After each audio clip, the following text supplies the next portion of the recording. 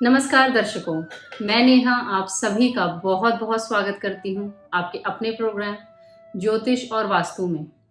और आशा करती हूँ कि आप सभी स्वस्थ और अच्छे होंगे। तो दर्शकों, हमारा आज का टॉपिक है वह टॉपिक जो शायद हम सभी ने कभी ना कभी सुना है, समझने की कोशिश की है, पर शायद हमने अपनी लाइफ में उसको उतना इम्प्लीमेंट नहीं किया है। और वह टॉपिक है लॉ ऑफ अट्रैक्शन, आकर्षण का नियम। मेरा बहुत मन था कि मैं आपको इस बारे में ज़रूर शेयर करूं, ज़रूर बताऊं, क्योंकि शायद जो लोग इसको जानते हैं, समझते हैं, मानते हैं, अपनी लाइफ में इम्प्लीमेंट करते हैं, उन्हें इसका ज़रूर लाभ प्राप्त होता है। तो लॉ ऑफ अट्रैक्शन है क्या?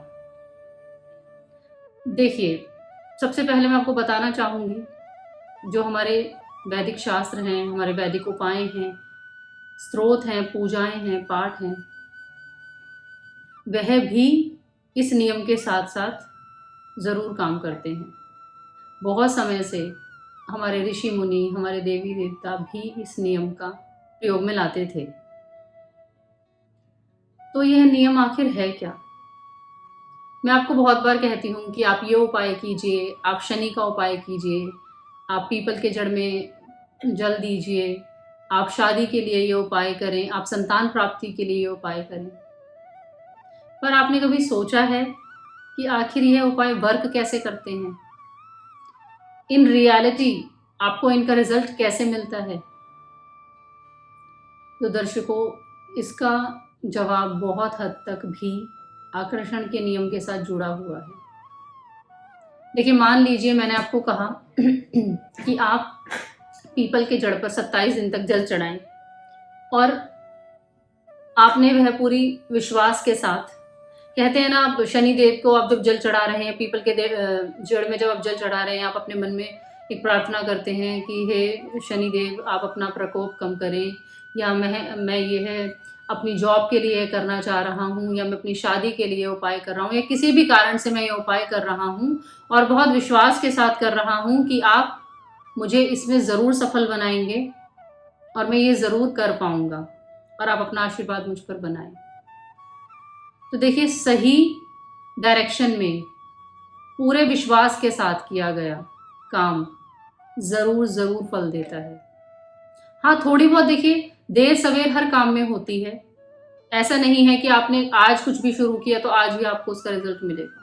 देखिए, बेसिकली लॉ ऑफ अट्रैक्शन है क्या? लॉ ऑफ अट्रैक्शन है कि आपके मन में कुछ थॉट्स आए, आप जो सोचते हैं, जो बोलते हैं, हमारे जो मन के विचार जो भी एनर्जी प्रोड्यूस करते हैं, हमारी बातें जो एनर्जी प्रोड्यूस करती हैं, हम अपने लिए क्या सोचते हैं, कितना पॉजिटिव सोचते हैं, कितना नेगेटिव सोचते हैं, हमारे यह थॉट्स यूनिवर्स में जाके, ब्रह्मांड में जाके हमारे लिए सेम एनर्जी प्रोड्यूस करके हमें वापस देते हैं। कहा जाता है ना कि अपने लिए कभी भी मुंह से नेगेटिव नहीं बोलना चाहिए।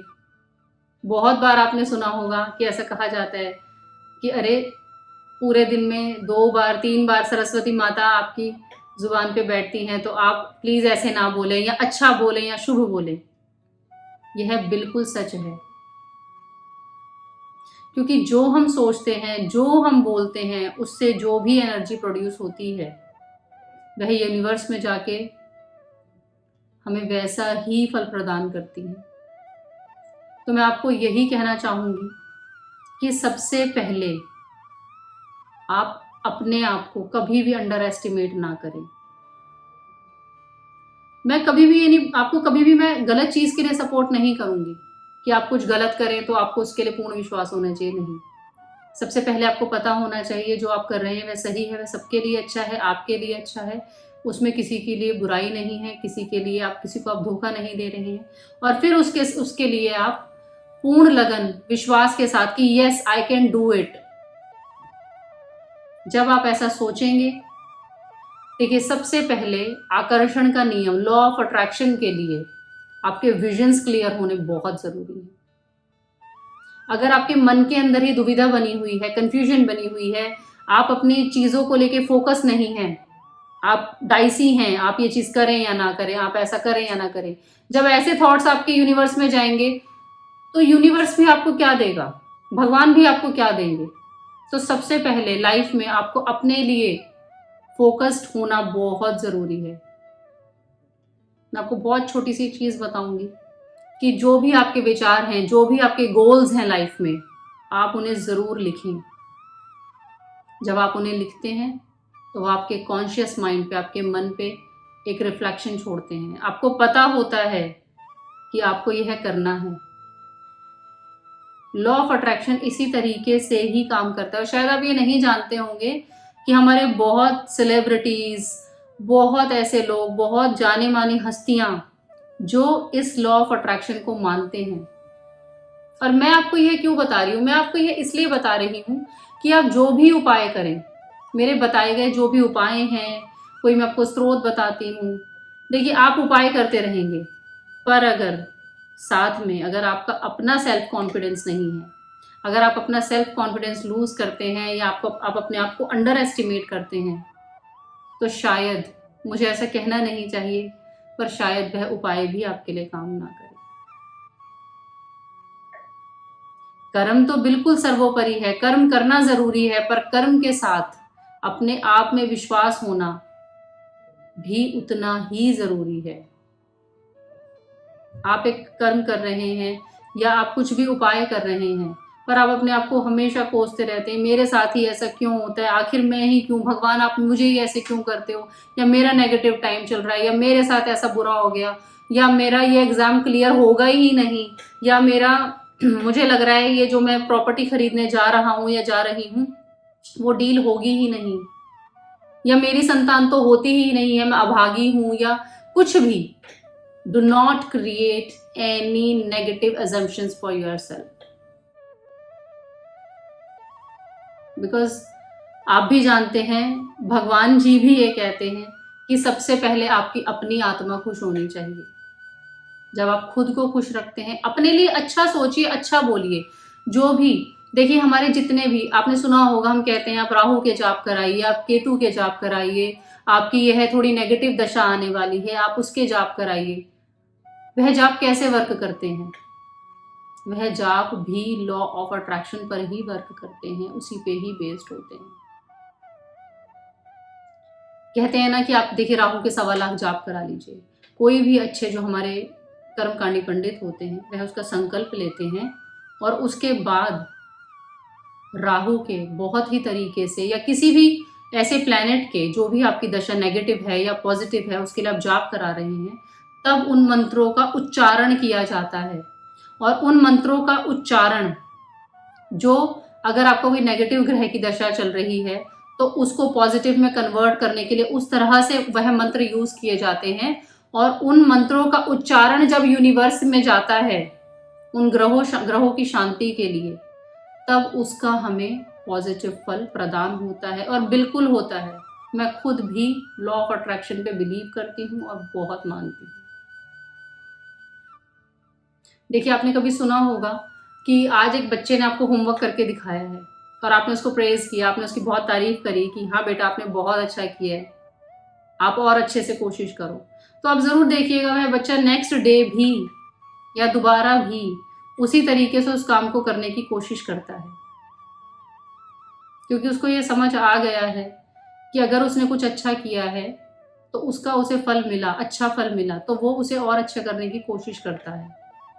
उसी तरीके से जब आप फोकस्ड होकर, आपके विजन्स क्लियर होते हैं, आपके थॉट्स क्लियर होते हैं और आप किसी के लिए कुछ बुरा नहीं कर रहे हैं, आप कुछ अच्छे ही लक्ष्य की तरफ बढ़ रहे हैं। जब, और आपने देखिए, आपने ज़रूर, एक हमारी मूवी आई थी और मूवी में आपने सुना होगा कि जब आप किसी भी चीज़ को पाने के लिए बहुत शिद्दत से कोशिश करते हैं तो सारी कायनात उसको आपसे मिलाने की कोशिश करती है। और ये बिल्कुल सच है। मैं बिल्कुल इस आकर्षण के नियम में बिलीव करती हूँ कि अगर आप विश्वास के साथ किसी भी चीज़ को करते हैं वह आपको ज़रूर, देखिए देर सवेर होती है पर वह आपको ज़रूर ज़रूर मिलती है। पर उसके लिए आपके गोल्स क्लियर होने चाहिए, आपको सेल्फ कॉन्फिडेंस होना चाहिए, आपको कभी भी अपने लिए कुछ नेगेटिव नहीं बोलना है, अपनों के लिए नेगेटिव नहीं बोलना है, ना ही सोचना है। क्योंकि देखिए, जो हमारे थॉट्स क्रिएट होते हैं, भगवान जी को हम सबने नहीं देखा है, but we know he is there with us, तो हम कनेक्ट कर पाते हैं ना। उसी तरीके से लॉ ऑफ अट्रैक्शन भी काम करता है कि जब आपकी और यूनिवर्स की फ्रीक्वेंसीज मैच करती हैं, तब आपको उसका रिजल्ट ज़रूर मिलता है।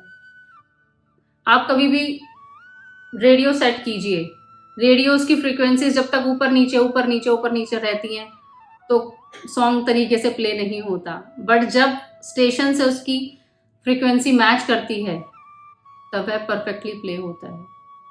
इट मीन्स जब आप अपनी तरफ से एफर्ट्स डालेंगे, अपने थॉट्स को अच्छा रखेंगे, पॉजिटिव रखेंगे, अपने लिए अच्छा सोचेंगे, आपको अपने आप को अंडर एस्टिमेट नहीं करना है। आप कोई भी उपाय कीजिए, पर उसे पूर्ण विश्वास के साथ कीजिए that yes I can do it and I will do it, तो आपको उसका रिस्पॉन्स ज़रूर मिलेगा। उसी तरीके से जब आपके पॉजिटिव थॉट्स यूनिवर्स के थॉट्स के साथ फ्रीक्वेंसीज मैच होंगी, आपके क्लियर विजन्स मैच होंगे, तब आपको उसका धीरे धीरे अपनी लाइफ में अपने आप आपको चेंज पता लगने लग जाएगा, और वो बहुत ज़रूरी है। आप बताइए, हम सब लोग कहते हैं अर्थ में ग्रेविटेशनल फोर्स है, क्या आपने और मैंने कभी ग्रेविटेशनल फोर्स देखा है? नहीं, बट इट इज़ देयर।